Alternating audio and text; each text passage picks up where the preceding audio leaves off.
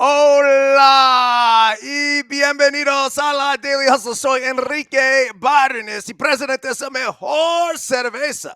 No Abate por No Filter Network. Miguelito San Dieguito, not with us today.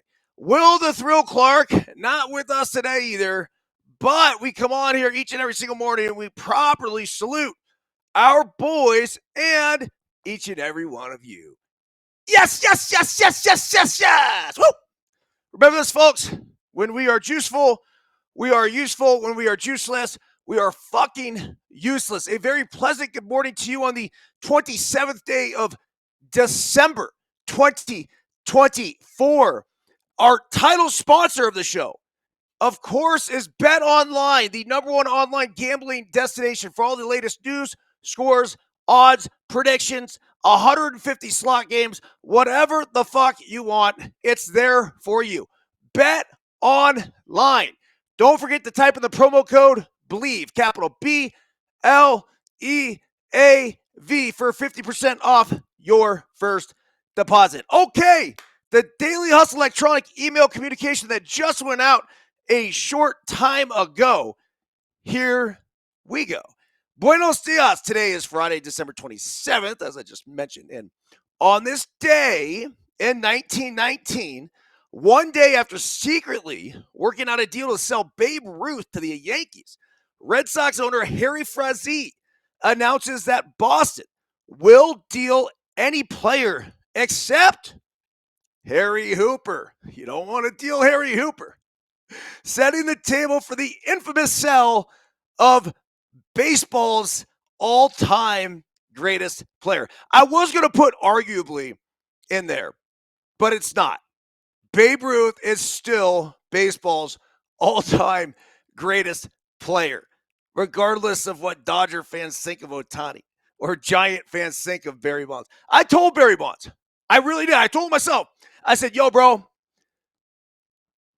I got to tell you, you are the second fucking greatest player of all time. Number two, numero dos, bro. That's something that you should be so proud of. But you don't touch Babe Ruth. You're not even close. And he goes, that fat fuck? I'm like, yup, that fat fuck. Number one. So the debate can rage on about that. I am one man. It is my personal opinion. But what he was doing was so much grander than what everybody else. When you're hitting more home runs than fucking just about every other team, you can't even fathom what that would be like, right? I mean, teams, what do they hit? A couple hundred home runs a year? It'd be like somebody hitting 200 homers. That's how astronomical his numbers were and what he was doing. Not to mention, it's just an icon. And the way he went about doing it, the fact that he was a pitcher in Boston, and just, geez, that's tough to argue against him as number one. Okay, Daily Hustle quote of the day. You shouldn't worry about criticism from somebody you would never ask advice from. Daily Hustle translation. I've heard this quote many times before, but I recently saw Aaron Rodgers drop this gem.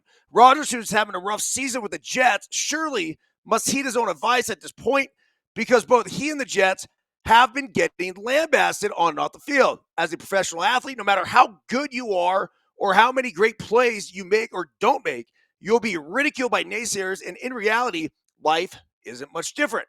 Many people on this earth are just naturally cynical pricks who love talking shit. And hey, that's okay. What's not okay, though, is us engaging with these trolls and taking to heart their criticism. Ultimately, we must hold ourselves accountable for our performance, and there is no doubt that self-evaluation is vital in our overall development in sports and life. It is also imperative that we take advice from trusted individuals who have earned our ear. I like that term. Earned our ear by both the character they have shown and the actions they have taken in their own lives. That all said, don't ever, never, ever, ever, no, ever, ever, ever, ever care two fucks about outside critiques when they are coming from people we would never in a million years ask for their advice. At the end of the day, our peace of mind should be directly tied to our preparation and our effort. Outside criticism simply does not matter. EB. pretty self-explanatory, folks. If you're not going to ask for advice from that person, why do you give a shit what they're saying? Now, is it because that we have so much ego that we think everybody's going to love us? You got to get over that. And I was very fortunate early in my career to understand that. And it really set me up for my broadcasting career because the same people that critiqued my every move on a baseball field and saying that, oh, it's Byrnes is false hustle and he dives for balls that he doesn't need to dive for. And I'm trying to think, like, I don't know, he can't hit or can't do that, takes bad routes to the outfield. I mean, all the critiques that happened when I played baseball then come back around in my next profession, and it's broadcasting. So whether it was Fox, ESPN, MLB Network, now with the Daily Hustle podcast with Deuces Wild, I'm always going to be ridiculed and critiqued. And the reality of the situation is I'm the one who gets to decide what I want to let in and what I will just keep on the outside. And so for the most part, unless this is coming from a credible source that I respect immensely, that is well-versed in the game and the broadcasting industry, I'm not going to fucking listen to them. I'm just not. But if it does come from somebody that I would seek advice from, okay, let me listen. And then let me apply. Even in baseball, when you would have so many different voices, and a lot of times credible voices. I remember one time Brady Anderson hit me up and had some thoughts on, my swing and this and this and that.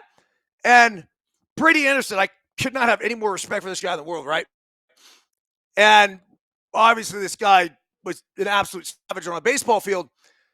And I remember thinking to myself, there was a time when I was struggling and I had 15 different fucking voices. And it was like, I talked to him, I called him back and we went back and forth, whatever. But I remember thinking in my mind, man, sometimes you just have to block whatever it is out. And sometimes they're not just the naysaying assholes. Now, I don't think Brady is actually like this great example here, but I remember having a very casual, not focused or detailed conversation. I wanted to get more of like a mental approach, say from Brady, but I knew from a mechanical standpoint, we're all our own individuals, right? So with that, no matter what it is, listen to the advice of all those that you respect and then apply what works. That's the same thing with all the hitting coaches. And I would tell all my kids, look, I'm going to give you something. If this helps you, if this gets you locked in, great. If you try it, and if it's, thinking about taking the knob of the bat to the catcher's mask, and for whatever reason that's not helping you, then scrap it. That's the salary. I will tell people to scrap my own advice. The bottom line is we're working towards production. We're working towards trying to put you and me in an optimal position to succeed. And you do that by hearing the advice of those you respect and then applying what works. Or even maybe attempting, and if it doesn't work, fuck it, throw it away. But outside naysayers, doubters, fuck off, man. I don't care because there's nothing you can do to make you like them better. You can't go out and hit 4 home runs. And guess what? If they don't like you, they're still not going to fucking like you. So it's just all part of the process. Okay, we have breaking news here on the Daily Hustle. Gleyber Torres, the former New York Yankee, has signed a 1-year contract with the Detroit Tigers. So good on AJ Hinch getting that deal done. He is going to play for AJ in Detroit. It's funny, I have a story about AJ, and right about this time a year, he was the one who actually signed me to the Arizona Diamondbacks. Now, I'm not sure how involved he was with the negotiations with Gleyber Torres, but they do sign him.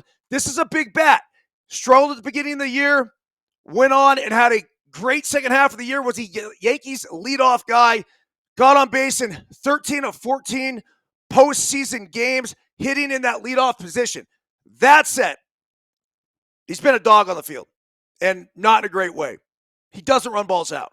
So the first thing I would do if I were AJ Hinch is get him in the manager's office and say, look, bro, I fucking need you to run balls out. It's that simple. You are a veteran presence on a very young team. And so when I have all these young dudes looking to you to see how we play the game, and you're fucking 75% down the first baseline at best, that's not going to work. Aaron Boone notoriously benched him last year at one point. But if you go back and you look at several plays, during the fucking World Series, this is his most recent performance, he didn't run balls out. It was disconcerting to say the least.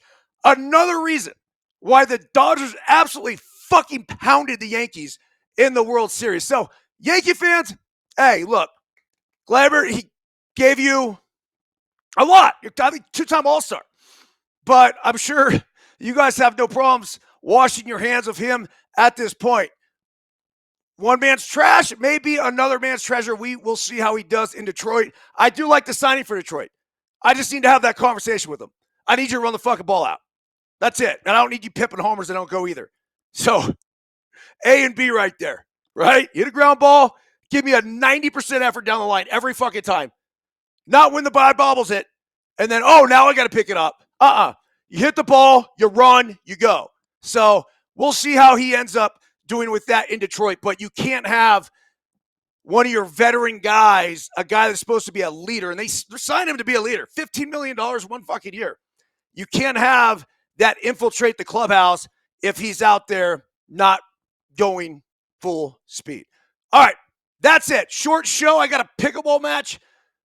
Gene, good morning to you. How are you? Imagine it's chilly out there. John Davis, John Emmanuel Ramos, Henderson, and Makati City.